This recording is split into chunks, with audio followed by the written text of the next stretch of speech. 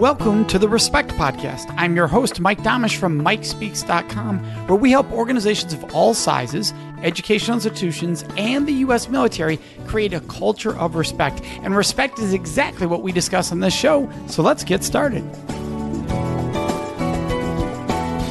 This week's guest is my friend Scott Lesnick, a fellow professional speaker and author of 2 books. Scott believes that respect given can often brighten someone's day, make them smile, and it's easy to do. So Scott, thank you so much for being on this week.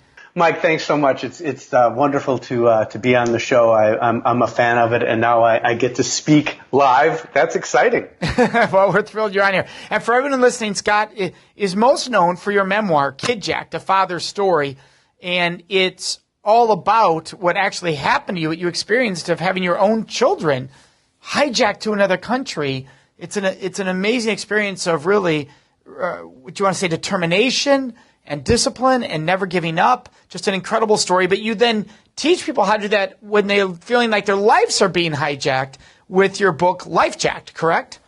That is correct. There's just all sorts of lessons that I learned along the way, the hard way, either business-wise or in my personal life, as you mentioned. And I was able to take some of those lessons and create presentations that really help professionals and either personally or professionally take a look at what's going on and come up with ways to de-stress, work better, grow communications, and all do it in usually and hopefully a respectful manner.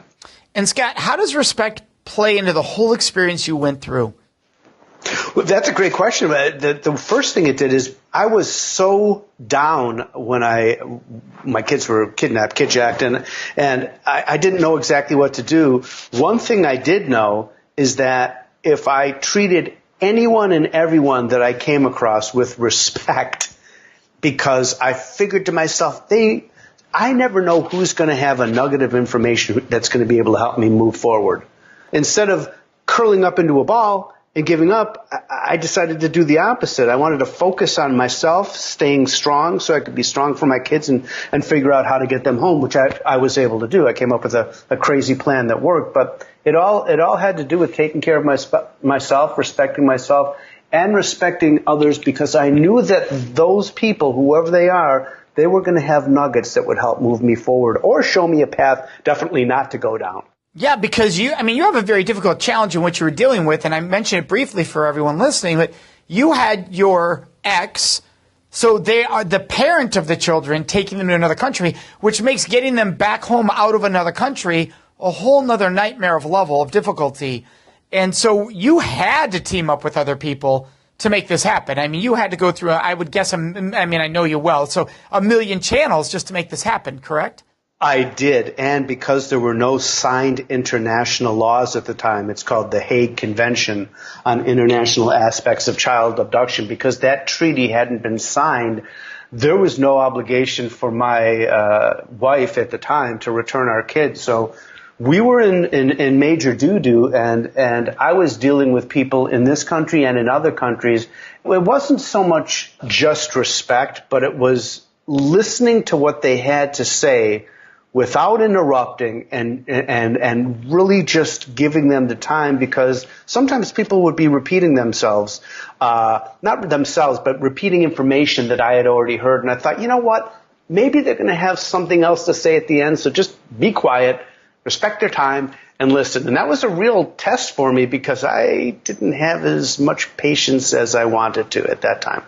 Well, you're walking right into the question that I love to ask, which you've mentioned, I really want to respect them. I wanted to hear them out. What does respect mean to you, Scott? To me, respect has to do with admiration, and that there's somebody who has a quality or who's achieved something that makes me respect them. But on a level beneath that, if we go to, more of the verb, admiring somebody deeply or whatever, I just look at it as respect does go around. I look at respect and kindness at least as close cousins, and the ability to be friendly and generous and considerate to somebody, it gets us a long way in life. And I've learned that as easy as a smile or letting somebody in when they want to get in front of you when you're driving, all these things, it takes the heat off of us and off of me, and oftentimes makes somebody else's life just a little bit better. So to me, respect is all about just, treating people nicely, but also if there's folks, let's be honest, one of the people who mentored me and helped me in this business was you. I have a great deal, not only of respect for what you did for me when I was coming up in the ranks, but what you've done for others, for tens of thousands of others. So I look at people that I want to emulate and respect for my business and my life. And I've been doing that my entire life. I've been looking at others and going, what does she have or what does he have that I can use to make the person I am better? Well, thank you for that, Scott. I do appreciate that. And I remember when you were first talking with me and you would ask me, hey, Mike, who are the people that you think are, great speakers? And then I shared with you, and soon you were at their events watching them. So not only do you ask questions and want to learn, but you implement, you put into action that learning, which is wonderful, because a lot of people ask those questions and not act on them, and you take the action. You respect your journey and your goal enough to say, I'll take the actions needed to get to the accomplishment I want to get to. You're right, but like any journey or anything that somebody starts new, which I did, I started at the bottom. I respected those around me. I respected the process. I was mentored by wonderful people that did not have to help me, and they chose to. And that reminded me of how important we are to one another. And that's allowed me to, with ease, give back, whether it's as a speaker, an advisor, or just as a friend or confidant, because so many people have helped me along my journey from being a kid to adulthood, and a couple of hiccups along the way. And so you mentioned admiration. And when a lot of people hear the word admiration, they think that is a reference to somebody having to earn respect. Now, knowing that I know you the way I do, I don't think you mean that. I think you'll give all human beings dignity and respect. They don't have to earn it. Is that true? It is true. It's something that I have been practicing for decades, and I need several more lifetimes to really master, even if I can do it then, because as a human being, I still struggle at being respectful every time, admiring the fact that we're all just making it every day and getting out of bed and leaving the house and doing what it takes to be a human being. But I do agree, absolutely. I look at every individual as a human being, a good person. If you show me otherwise, I have the ability to walk away too. Well, and I love that you say that this is an ongoing journey, because I think sometimes when someone listens to a show or an interview, they think, oh, this person's got it all down. No, it's an ongoing challenge and journey. And how do you think there's a difference between respect at school, the office, or home, or is it all the same? It's different and it's the same. Respect should be given to anyone at any age. If you're 6 months old or 106 or anywhere in between, respect should be given to you. However, it shows itself differently. Respect at school is different than respect at the office. Respect at the office is sometimes different than respect at home. It doesn't mean that we put on different masks when we leave our house. So when you're at the office, you might have on your office mask that's a respectful person, but this is who you are and you're fitting into the office lifestyle and so forth. When you're a kid at school and you leave home, you have to put on a mask to survive in that environment too. You're very popular, you're not as popular. So we're always looking for ways to gain respect. I believe that at home it's the same deal, but those masks then come off and we're allowed to be fully ourselves to show respect, which I think it's the easiest is at home because I kind of know what to expect at home with my family. But once you walk out the door, you never know what's going to come up. Would the essence of respect be that what you're describing that I feel at home. And some people don't feel that at home at all. It can be the worst at home, depending on the environment that they have at home. Let's say that home is where you can be yourself. Is it the essence of respecting ourselves where that no matter where I am that person? The essence. I'm not saying we're there or that it's easy to get to. I always find it amazing when I meet someone that no matter where they are, I know they're going to be who they are. Like they don't care about adapting because they know who they are. To me, that's really powerful. It's extremely powerful. I hear what you're saying, and I love that because it's true. And I do know people like that. No matter where you see them, they are. And to me, that is such a freeing, natural, beautiful thing to see. And I have to be honest as always here. I struggle with that sometimes. So if I'm surrounded by a room full of speakers, sometimes things go up a notch or two because that room full of speakers is going at a pretty high level and people want to talk and share and so forth. And sometimes to get up to that buzz, to that level, I need to pick up who I am almost as if I'm going to be on the stage or on the platform presenting. But if I'm at home, I'm still the same Scott, but I don't have to elevate myself to another position. And I think it's the same at work too. Sometimes people want to be themselves, but because of either politics or cliques or the culture at work, you can't be even though you want to. And I think that's really difficult. Well, I think it's you've convinced yourself you can't be. That's true. And we do know, and I have seen people who decide, this is me, I'm going to be me all the time. My wife, Meg, is excellent at that. She's one of the people I look up to and highly respect because she is able to be the person she is under any circumstance, no matter where she is. And that enlightenment, that height that she has accomplished, I haven't accomplished yet. I look at it as I'm above novice, obviously, but I'm not at her level, but I'm in training. And so I do agree that, yes, you can be. And I see that every day here at home with my wife. And you mentioned earlier the idea that, maybe when you leave home, you're trying to gain the respect of the workplace or gain respect at school. And I love that you brought that up because I think that's one of the biggest mistakes we make. And I have made it throughout my life. I've made this mistake. And that is this idea that I'm going to leave and do something to gain respect.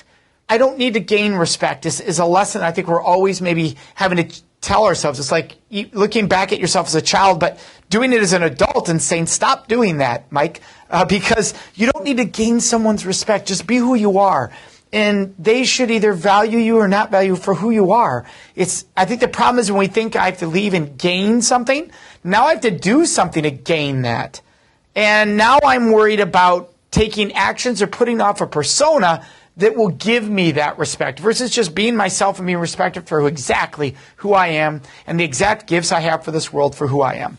Very well put. One of the things I love about what you're doing and speaking about respect and this podcast and all the speaking you do all over, North America and the world is that it is retraining because when you're growing up, there are those moments where you say to yourself, I don't even know who I am. I don't know how I'm going to do this. And this is so tough. I just want to survive every day before I get back home from school. But you're right. We do need to retool and retrain ourselves as adults to look at things differently and be comfortable with who we are and realize that what we are is a gift. It's a wonderful thing. And we don't have to change. Being ourselves is fine. And if there are some folks that don't like that person, there's plenty others that do. Absolutely. And you and I both get to work with organizations around the world. How do you think respect ties in to the 5 generations currently in the workplace? Well, one of my passions is speaking on that. And the biggest way it ties into it right now is watching baby boomers and even older generation and Gen Xers really understand and see the light bulb go on when we have discussions. And it's all about discussing, as are so many things in life. That's why you have this podcast. We talk about millennials and how important they are and why they do things differently why it's going to continue. And then I add a little fact that they're the number one generation in America and in the workforce, which some people don't get. I add the fact that they're parents now and they've got kids. And all of a sudden, people's minds begin to shift and they look at them not as kids anymore, not as children, but full-grown adults. And I also mentioned a lot of millennials or Xers that have some pretty high-level positions. And the bottom line is, Mike, what I've learned is the more we respect one another at work and we respect different generations by growing communications and sharing information, the greater our productivity, the greater retention seems to be, and folks at work seem to be happier too because they look at it as, wow, you actually get me. You're 57 years old and I'm 28. And you actually have discussed things with me. You understand me better. I appreciate that. Yeah, and you and I have talked about this before, so I'm going to ask you, because it runs right into this, that really appreciating people from all different perspectives, what you just brought up, is it ever okay to not show respect? That's a great question. Lots of different answers. My answer is really, really simple. If there's something going on, I'm really good at walking away. And I've also learned, and again, I still need several lifetimes to practice this, to curb what I say and to not get into deep conversations when I see things going in a way that's either going to be highly disrespectful. Uncomfortable is different. You can be having a conversation with somebody and have a nice, decent, respectful conversation on something you disagree with. But is it ever okay to be disrespectful? There's two answers. Absolutely not, because it's easy enough to just walk away. But at the same time, if something's gone down in your life and you're faced with some decisions that have to be made, sometimes being disrespectful to somebody is the only way you can get things done. And that's really a last resort. Yeah, and I'm curious, is that disrespect? I think what you're describing is when you have to strongly stand your ground and stand for something you really, really believe in and against somebody else who could be doing harm, right? Self-defense, and I don't mean physically self-defense necessarily. It could be emotional self-defense. It could be whatever it is. I don't even think that's disrespect. I think that's actually operate the highest level of respect for yourself, for your boundaries. You're right. And there's that fine line that I struggle with. I have no problem defending myself, respecting myself most of the time. But I think my bigger struggle, and your question is it ever okay to be disrespectful? It depends on what the definition of the word is that we want to use. I mean, is it okay for me to not have admiration for somebody or to think that their abilities are great? Well, absolutely. But is it okay for me to be disrespectful? The simple answer I want to say is no, you should never be disrespectful, but I don't know that I'm that wise yet to figure out how to do that. Which is why what you're doing is so important, because folks like me still need to be educated. Zillions of us all over the world. Well, and I appreciate that. And I think it is an ongoing journey. I think it's one of the struggles people have when you talk about respect. When we're talking about this in companies and organizations, they all want to say, well, you have to earn my respect. And when I tell the whole audience, nope, I don't have to. I'm going to respect you because you're a fellow human being. Now, you might professionally value me differently because of something I've done or haven't done or whatever. But treating someone with a basic level of dignity and respect should be across the board. And somebody said to me recently, what about somebody who does harm to others? Do they still get treated with dignity and respect? And this happened at a live show. And I said, this is the hardest thing I have to answer, because the answer is yes. And they go, what? What do you mean? I say, here's the problem. If there comes a time where I get to choose who gets respected and who doesn't, that means there comes a time when someone else gets to choose whether I get respected or not. And they could come up with a reason that they feel I'm the harm and therefore no longer treat me with dignity and respect. And that is a dangerous line I don't want any of us to be toting. I can say I treat you with dignity and respect of a fellow human being and still say you have to be held accountable. You still have to go to jail. You still have to go to prison. You still have to, and yet still understand you're a human being. That is such a great point. You know, I think many of the Scandinavian countries are well known for treating their prisoners and men and women doing time with a lot of dignity and respect, something that other countries don't necessarily agree with, but many studies seem to show, do show that there's a lower recidivism rate in those countries because of the training, the dignity and respect. They're still serving time, but they're taking care of them and training them so that when they leave, they will never see them again behind their walls. Some people think, well, to say respect means that I think they're a great person. No, it means they're a person, they're a human being is what it means. I treat you with respect and dignity because you're a human being, and everybody deserves that. Now, that doesn't mean there's other things that you might be treated differently based on what you have or haven't done. But on that basic level, it's so important. Has there been a time, Scott, where you felt you were disrespected? Absolutely. What was the result for you? How does that make you feel when that happens? It makes me feel angry, and it also motivates me. Most of the time when it happened, it was in the professional arena, in corporate. And I knew that when that was happening, it was incorrect. And it was almost a challenge then for me to go, okay, you're calling me out and you're incorrect, or you're stating something that isn't true. Now it's on me to write that and to show that that's incorrect, and here's why.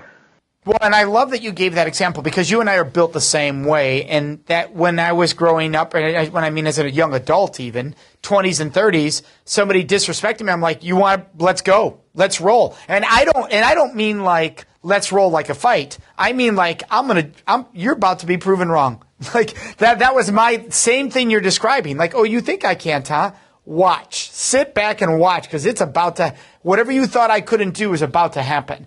Yeah. And what's sad about that is that kind of degradation is what fires a lot of us up.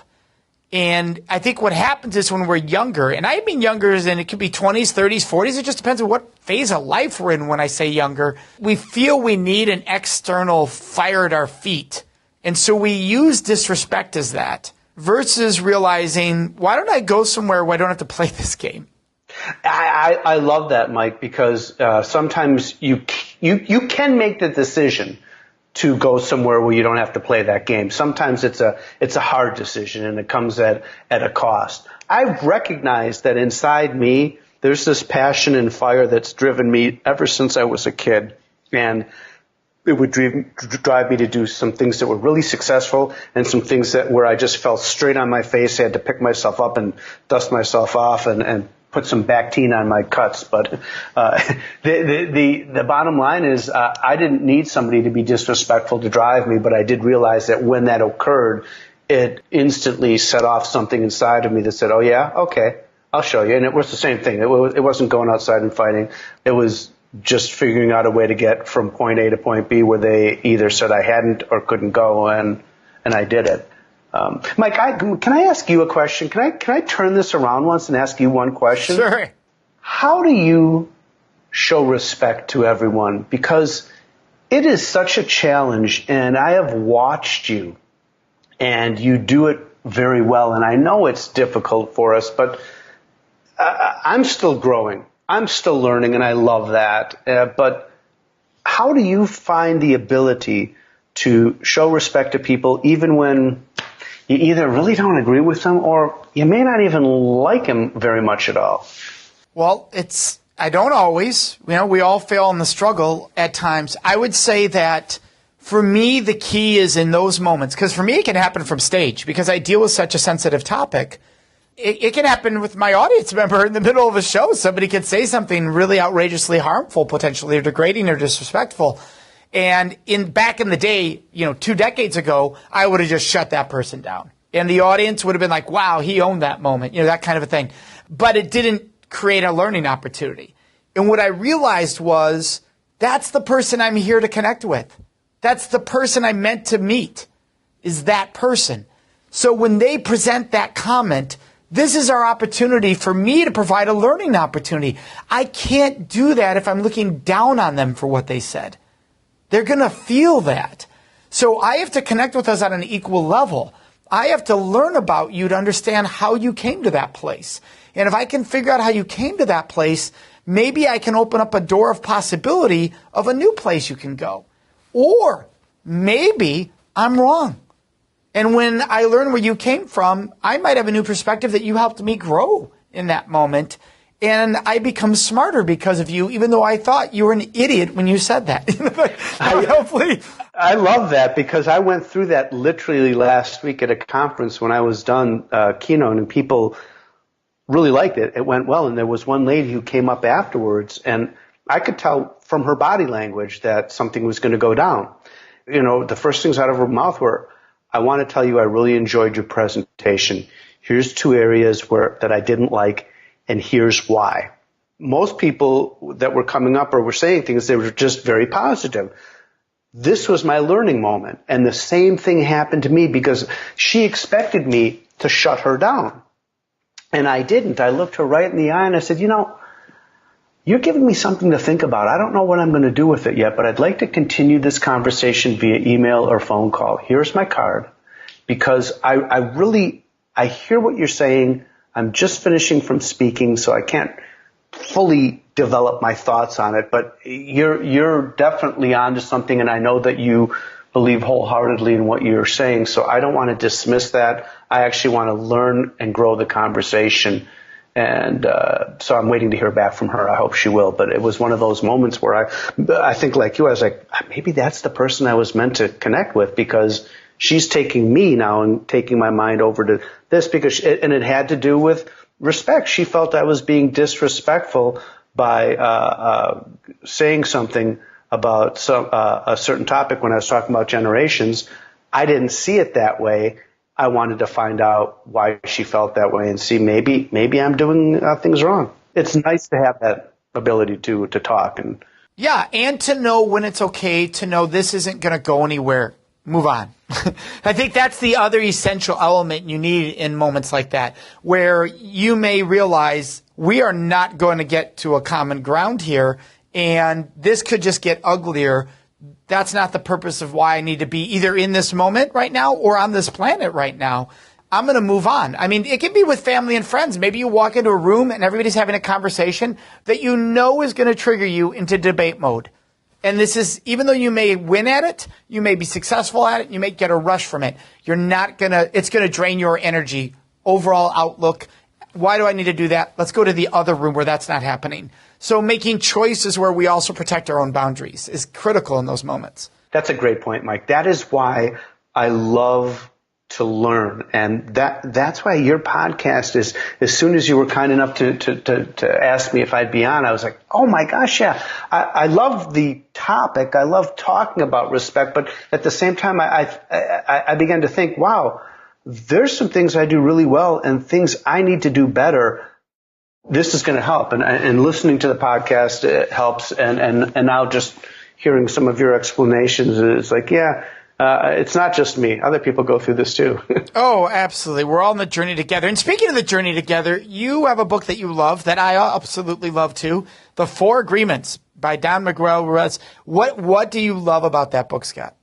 What I love about it is it completely changed the way I looked at myself as an individual. They just boiled it down. Toltec Indians from Mexico, 4 agreements that you could live your life by. And I also realized that when I first came upon the book 10 years ago, it's not a hard read. It's not a thick book.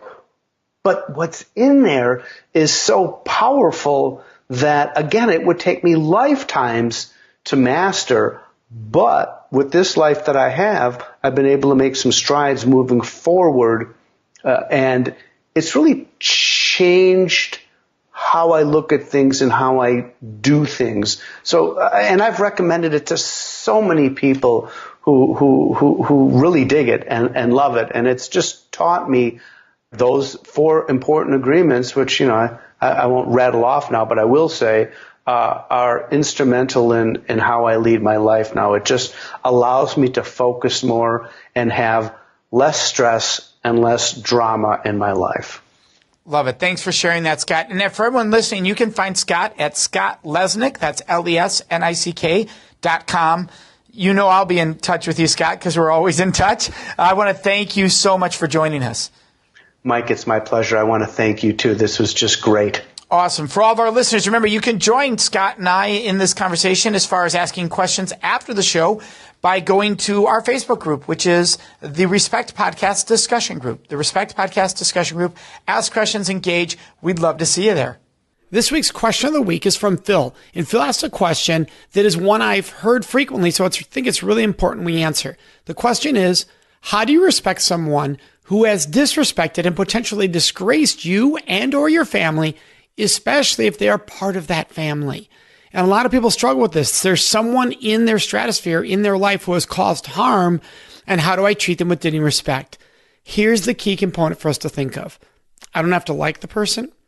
I don't have to love them. I don't have to want to be around them. I don't have to spend time with them. But here's what makes us unique, in that we are a civilized society. What makes us civilized is that we treat all people with dignity and respect, including those who've done harm. We treat them with dignity and respect. That does not mean we need to spend time with them. That does not mean we need to include them in our livelihood, in our schedule, in our activities. Those are all different discussions. So I think it's super important for somebody to understand, if I run into another human being, treat that person with dignity and respect. That doesn't mean I need to have that person in my life. You can choose to end relationships because they are unhealthy for your life. And some people say, well, I'm going to work through those relationships to create them healthy again. That's your choice. But there's a big difference there. So we want to clarify how and why is to remember that I am civilized. And I believe that every human being deserves to be treated with dignity and respect.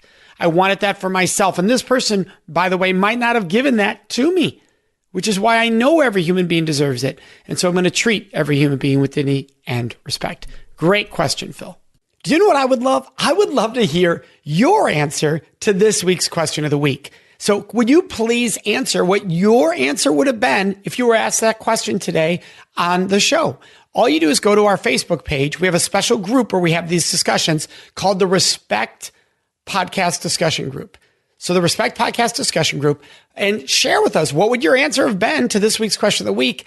And if take a moment, post us a new question for future episodes. What question would you like to hear me answer on an upcoming episode? That's all done on Facebook in our special group, which is the Respect Podcast Discussion Group. Can't wait to see you there.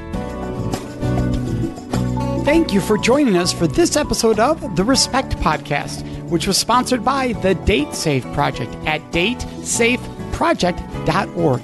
And remember, you can always find me at mikespeaks.com.